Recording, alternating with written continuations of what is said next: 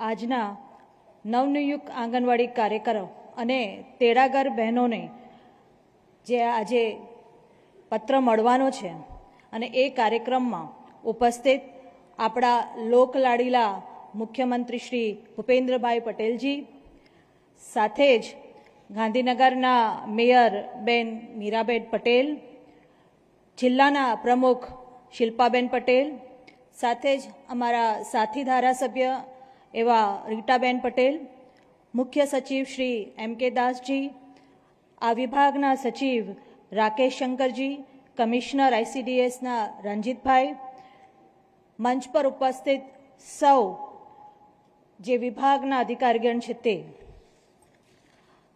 અને મારી સામે બેઠેલા નવનિયુક્તના પત્ર મળવાના છે એવી મારી આંગણવાડીની બહેનો અને તેડાગર બહેનો, આપને ખૂબ ખૂબ આજે અભિનંદન આપું છું.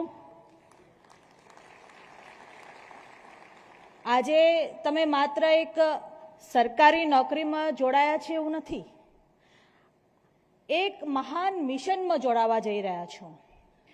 એ આપણા રાષ્ટ્રનું ભાવિનું ઘડતર કરવાનું જે મિશન છે એ મિશનમાં આપ જોડાઈ રહ્યા છો આજથી. અને આ માત્ર આપણે આજે નિમણૂક પત્ર નથી આપવાના, પણ સાથે સાથે ગુજરાતના દરેક બાળકને સ્વસ્થ અને મજબૂત બનાવવાની તમારી જે જવાબદારી છે, આ પવિત્ર જવાબદારી છે, એનો આજે આ તમને દસ્તાવેજ મળવાનો છે. આપ સમજો છો કે આજે તમારી જવાબદારી જે છે આજથી જે શરૂ થવાની છે એ પોષણની પણ, સંસ્કારની પણ, અને સાથે સાથે એમને આ દુનિયામાં કેવી રીતે એક તમે સારા માણસ તરીકે તમે એને ઉછેર કરશો એની પણ એટલી મોટી જ જવાબદારી તમને મળી રહી છે. અને જ્યારે આ મંચ પરથી હું વાત કરી રહી છું આપને બધાને, બધી જવાબદારી નવી અને સાથે પોષણની બી જવાબદારી. બાળક જ્યારે તમારી પાસે આવશે, તમે એને શિક્ષિત કરશો, એક સારી શાળામાં મોકલવા માટેની એની તૈયારી પણ કરશો, પણ પોષણનું પણ તમારે બધાએ ધ્યાન રાખવાનું છે. જ્યારે બાળક જન્મે છે ત્યારથી લઈને 1000 દિવસ એટલે કે 2 વર્ષ સુધી એની તંદુરસ્તીનું તમારે બધાએ ધ્યાન રાખવાનું થશે. એને પોષિત છે કે નહીં બાળક, એની પણ આપણે ચિંતા કરવી પડશે. અને આ જે સમય હોય છે ને બહેનો, એ ત્યારે એનું શારીરિક સ્વાસ્થ્યની સાથે સાથે માનસિક સ્વાસ્થ્ય પણ સારું રહે, એના માટે પણ પોષણ ખૂબ જરૂરી હોય છે. એ શરીરથી તંદુરસ્ત થશે, સાથે સાથે જો સારું એને પોષણ મળશે તો મગજથી પણ તંદુરસ્ત થશે, અને તમે જે પણ એને શીખવાડશો, સમજાવશો, એ અપનાવી શકશે, શીખી શકશે. એટલા માટે આપણે જ્યારે આંગણવાડીની વાત કરતા હોઈએ છીએ ને ત્યારે પોષણની અવશ્ય વાત કરતા હોઈએ છીએ.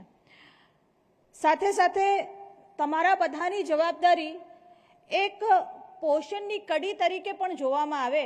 એટલે બાળક જ્યારે આંગણવાડીમાં આવે, ક્યાંક તમને એવું લાગે કે એનું પોષણ બરોબર નથી થઈ રહ્યું, કાં તો એનો વિકાસ બરાબર નથી થઈ રહ્યો, એનું વજન નથી વધી રહ્યું કે એની હાઇટ નથી વધી રહી, તો આ વિશેની ચર્ચા તમે એના માતાને બોલાવીને સમજાવીને એમને શીખવાડો કે ઘરે જશો ત્યારે એનું શું શું ધ્યાન રાખશો, ખાસ કરીને એના જમવામાં. તો આ બધી જવાબદારી તમને મળવાની છે.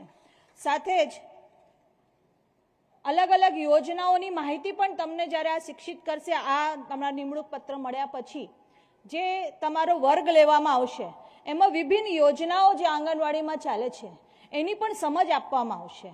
ખાસ કરીને જ્યારે આપણે ટેક હોમ રાશનની વાત આવશે ને ત્યારે પણ આપણે ધ્યાન રાખવાનું છે કે ટેક હોમ રાશન એ લોકો લઈ ગયા પછી, માતાઓ લઈ જાય છે પછી એને કેવી રીતે વ્યવસ્થિત રીતે એને અલગ અલગ રેસીપી થકી બાળકોને જમવાનું ઇન્ટરેસ્ટ જાગે, આપણે એ પણ જવાબદારી આવશે. એટલે એ પણ આપણે એ લોકોને શીખવાડવાનું રહેશે. સાથે સાથે ખાસ વસ્તુ કે આપણે રેગ્યુલર મોનિટરિંગ કરીશું બાળકનું, એ પણ આપણી જવાબદારી છે કે બાળક આવ્યું છે મહિના પછી એની કેટલી હાઇટ વધી છે, એનો કેટલો વજન વધ્યો છે, એ બધી પણ જવાબદારી આપણા હાથમાં જ હશે. અને જ્યાં કંઈક લાગે ત્યારે CDPO છે, PO છે, એને પણ આપણે ધ્યાન દોરાવીશું. એટલે આ બધી જ વસ્તુઓ એકદમ સેન્સિટિવ વસ્તુઓ છે અને આંગણવાડી એક શક્તિનું કેન્દ્ર બનવાનું છે. આ આંગણવાડી થકી આખું ગામનો વિકાસ થવાનો છે.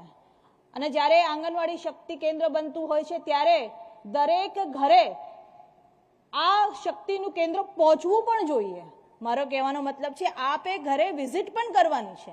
ક્યાં પણ એવું લાગે કે બાળકના પર્સનલ ધ્યાનની જરૂર છે તો એમના માતા પિતાની પણ તમારે મળવાનું છે, અને જે કંઈક તમને લાગે એ માતા પિતાનું તમારે ધ્યાન પણ દોરવાનું છે.